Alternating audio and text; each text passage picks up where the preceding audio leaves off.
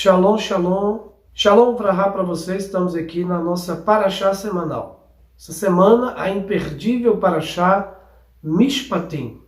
Mishpatim é a nossa porção de número 18 e vai falar um pouco sobre a base do Código Civil Hebraico. Temos nessa porção dois tratados importantes do Talmud, Bava Batra e Bava Kama, ou Bava Baitra, como alguns chamam, e Bava Kama, que são os tratados talmúdicos explicando a Torá através da visão regulamentada. São tratados talmúdicos que servem como equalizadores sociais para colocar um limite no trabalho escravo, ou melhor, no trabalho operário. Já vamos iniciar fazendo a Brahá, como de costume é feito nas sinagogas e nos serviços de Shabbat. Vamos fazer a Brahá para ler a Torá juntos. O Olê, que é a pessoa chamada à leitura da Torá, diz Barechu et Adonai Amevoram, que em português quer dizer bendizei o Eterno que é bendito. O Olê continua Baruch atah Adonai Eloheinu melech haolam asher bará banu mikol ha'amim venatan laTorá torato. Baruch atah Adonai noten haTorá, que quer dizer bendito seja tu, Eterno, nosso Deus, Rei do Universo, que nos santificaste dentre todos os povos e nos deste a tua Torá. Bendito seja tu, Eterno, que nos deste a tua Torá. Amém. Aí agora, então, depois que é feita essa brahá, porque o povo judeu é o povo que mais faz brahá, mais faz bênçãos, para tudo existe uma bênção específica, e aí depois de abençoar o nome de Deus pela palavra de Deus, eles vão à leitura. E é o que nós vamos fazer agora.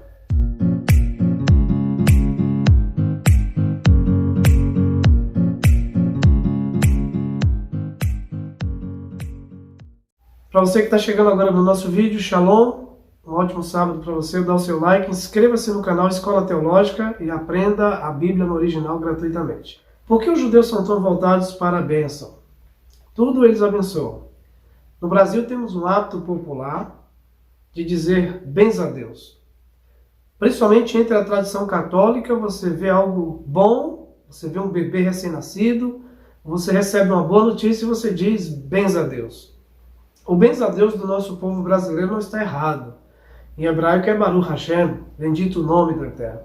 Então alguém está dizendo que se deve abençoar o nome de Deus, e não aquela coisa, ou a bênção em si, mas se abençoa o nome de Deus por tal coisa, ou por tal feito, ou por tal milagre recebido. A Bíblia está recheada de trechos, nos Salmos principalmente, dizendo bendizei o Senhor que é bendito, bendizei ó povos. O próprio Yeshua considerou que a Torá era muito boa. E ele não anulou nem a lei de Moisés, assim chamada carinhosamente a Torá, porque a lei não é de Moisés, é de Deus, e também não anulou os profetas. Então Yeshua disse em Mateus 5,17, eu não vim destruir essas coisas, elas são boas. Eu vim plerosai, em grego, eu vim dar cumprimento, ou fechar as lacunas, explicar de uma forma mais clara para vocês. Yeshua considerou que a Torá era boa, tanto que mais adiante, partindo do versículo 17, ele diz, se alguém tirar uma vírgula, ou acrescentar uma vírgula do que foi escrito na Torá, essa pessoa será grande no reino dos céus. Paulo, em Romanos 7, verso 12, diz que o problema está no homem, o problema está em nós, o pecado é um problema nosso. O pecado não é um problema da Torá de Deus, não é a palavra de Deus que está errada, mas o erro está em nós, o conserto tem que haver conosco. Em Romanos 7,12 ele diz que a Torá é boa, ela é justa, santa. Muitas pessoas não entendem essa história de lei e graça. Muitas pessoas se embananam, fazem uma confusão entre a história de lei e graça. Mas nós podemos dar uma contribuição aqui antes da nossa leitura.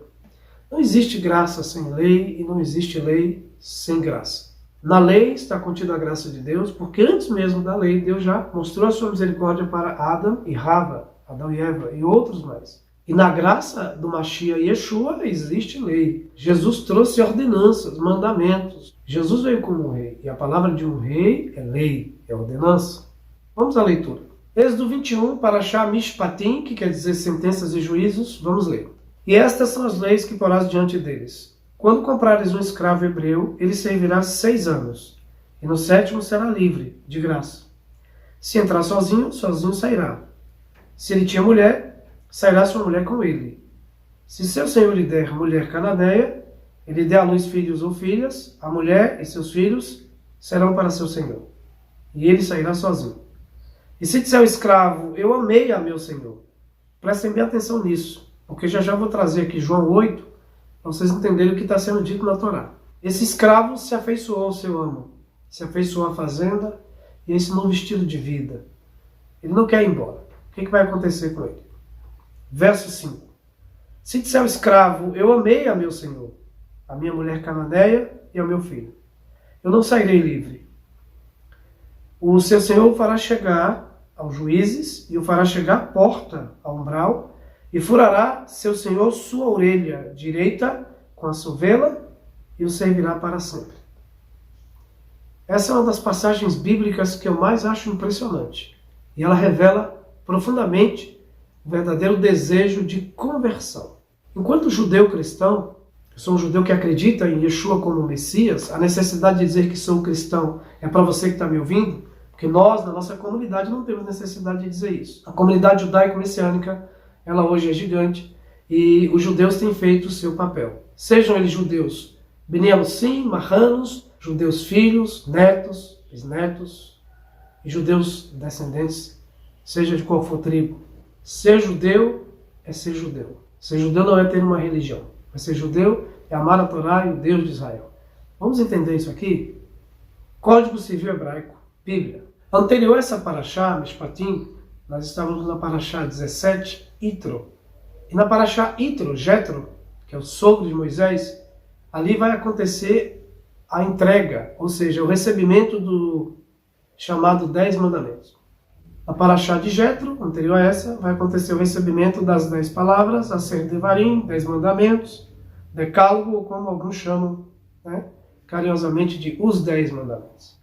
No hebraico nós conhecemos como Aser Devarim, as 10 palavras santas, sagradas, que saem da boca de Deus e criam uma espécie de código civil universal. Princípios que, independente da maneira que se aplica, da aplicabilidade, independente da abordagem, todos os povos da Terra se voltaram para aqueles princípios morais e até hoje eles são muito úteis, independente de religião e cultura. Mas na paraxá que nós estamos hoje, nós temos o pilar de leis importantes.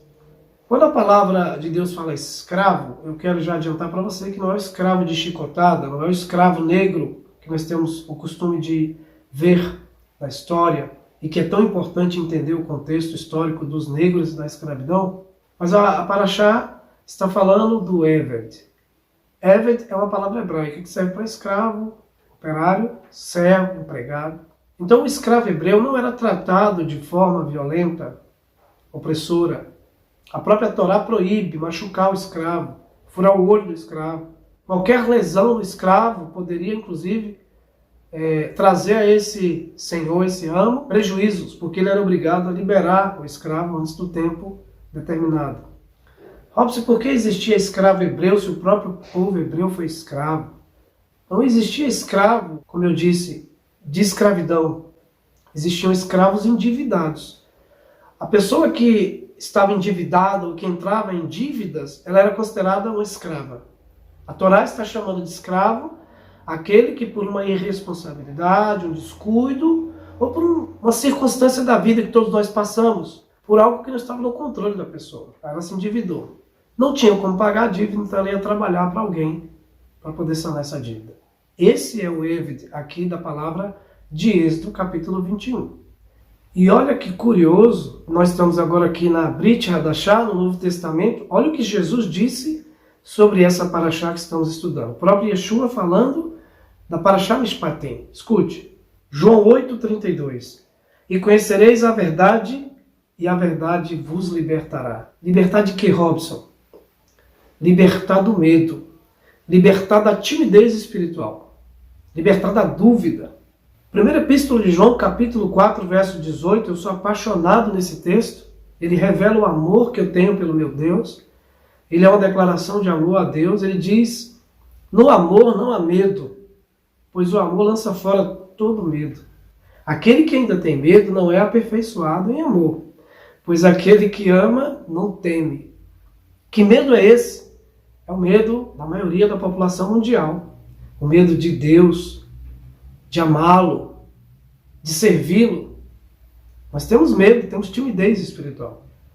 E o livro de Apocalipse diz que os tímidos não herdarão o reino, porque se intimidaram com coisas, com obstáculos, com dependências emocionais, aprovação de terceiros e tiveram vergonha de confessar o Filho. E a Torá está dizendo que se esse escravo hebreu passa a amar o seu amo, não quer ir embora. Ele agora quer servir o seu amo. Por medo do inferno, cuidado com você que prega o inferno, pregue o céu. Com medo da punição do diabo, com medo das maldições, com medo de faltar comida, o escravo agora não tem mais medo dessas coisas. Por isso não quer ir embora, quer ficar com seu amo por amor.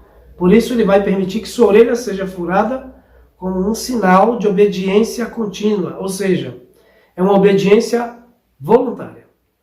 Não existe mais uma obediência involuntária. Ele não é mais um escravo involuntário. Ele agora é um escravo voluntário, está ali por amor. Então agora ele é adotado também como filho e tem direito de filho. Se você entendeu o que essa palavra diz, pegue para você. Agora eu preciso ler mais um versículo, João 8:35. Olha o que diz. Ora, você vai entender que Yeshua está falando da paraxá da semana. Ora, o escravo não permanece sempre em casa, mas o filho aí permanece. As pessoas que conhecem a Deus não são pessoas que têm crenças, não têm fé apenas. Ela conhece a Deus. A pessoa que conhece a Deus quer ficar em casa. A pessoa que conhece a Deus não quer mais ir embora, porque, segundo a paraxá que nós lemos, no verso 5 do capítulo 21, ela ama seu Senhor. O próprio apóstolo Paulo vai usar essa figura de linguagem dizendo: eu sou escravo de Cristo. Eu obedeço a Cristo por amor. Eu sou apaixonado pelo que faço em nome dele e para ele. Porque dele, por ele, para ele são todas as coisas. Ele afirma isso em Romanos 11. O que eu quero trazer para você no Código Civil Hebraico, na Paraxá Mishpatim? Não é a lei pela lei, e nem a graça pela graça. É a graça pela fé em amor. É a lei pela graça em amor. Você estava endividado. Você não tinha como pagar suas dívidas.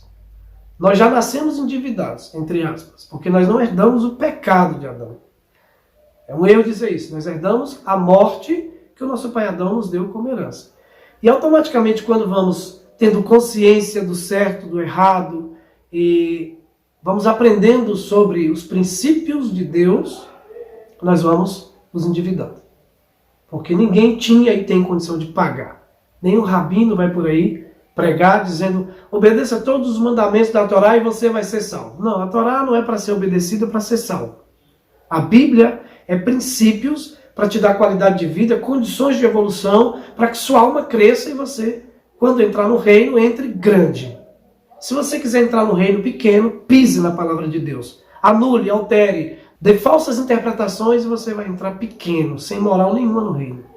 Porque o rei está vindo, ele vai instaurar o seu reino.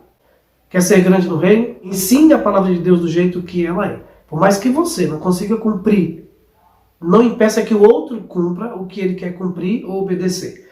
Não é eu que digo como é que você tem que amar o seu esposo. Como é que você vai declarar seu amor para ele. É você que vai decidir. Porque você conhece a linguagem de amor do seu esposo. Conheça a linguagem de amor de Deus. Conheça como agradar a Deus. Saiba como agradar. Deixe de inventar suas próprias regras, porque elas já estão pré-estabelecidas na palavra de Deus. O livro de Timóteo diz que toda a Escritura é divinamente inspirada, proveitosa para ensinar, repreender, instruir, a fim de que o homem, a mulher de Deus, seja perfeitamente preparado para a obra, para servir. O escravo se apaixonou pelo amo e quis ser filho, e o amo o adotou em amor, perdoando suas dívidas e dando-lhe esposa, filhos, casa. E essa relação de servir a Deus por amor, ela é maravilhosa. Não sirva a Deus apenas pela lei, sirva pelo amor. E aí fica fácil cumprir qualquer lei para agradar o seu amo. Um ótimo sábado, uma ótima semana para você.